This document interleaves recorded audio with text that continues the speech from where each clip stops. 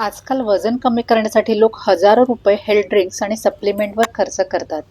पण आयुर्वेदात शेकडो वर्षांपूर्वी सांगितलेलं एक साधं धान्य आजही आपल्या बाजारात फक्त 30 रुपयाला मिळतं. ते म्हणजे जव, म्हणजेच बार्ली.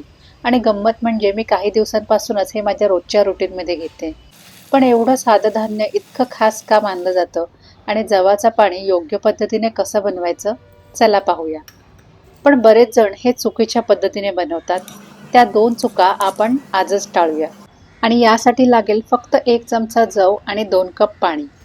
हा आहे साल असलेला अख्खा जव, यात भरपूर प्रमाणात फायबर असतं. आणि हा आहे पर्ल बार्ली, जो लवकर शिजतो. शक्य असेल तर अख्खा जवच वापरा. आपण जव 2 ते 3 वेळा पाण्यातून स्वच्छ धुवून घेऊ. मग याच भांड्यात 2 कप पाणी घालून रात्रभर भिजत ठेवा. दुसऱ्या दिवशी मंद आचेवरती शिजवा, साधारण 1 ग्लास पाणी उरेल इथपर्यंत. पाणी गाळा आणि कोमट असतानाच प्या. हा उरलेला जव फेकून देऊ नका.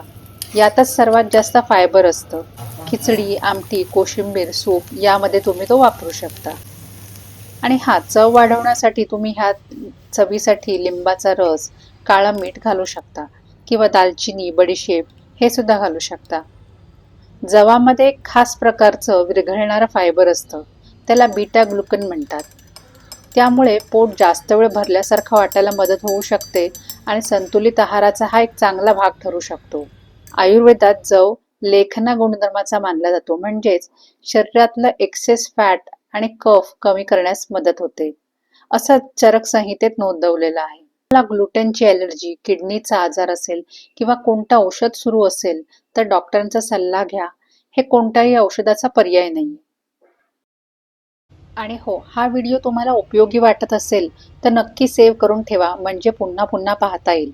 तुमच्या घरात किंवा कुटुंबात कोणाला हा उपयोगी वाटू शकतो तर त्यांच्यासोबत नक्की शेअर करा. तुम्ही जवाचं पाणी ट्राय करणार आहात का? कमेंटमध्ये नक्की सांगा. अशाच सोप्या, पारंपरिक आणि शास्त्राधारित रेसिपीजसाठी शीतल्स भोजनमला सबस्क्राईब करायला विसरू नका.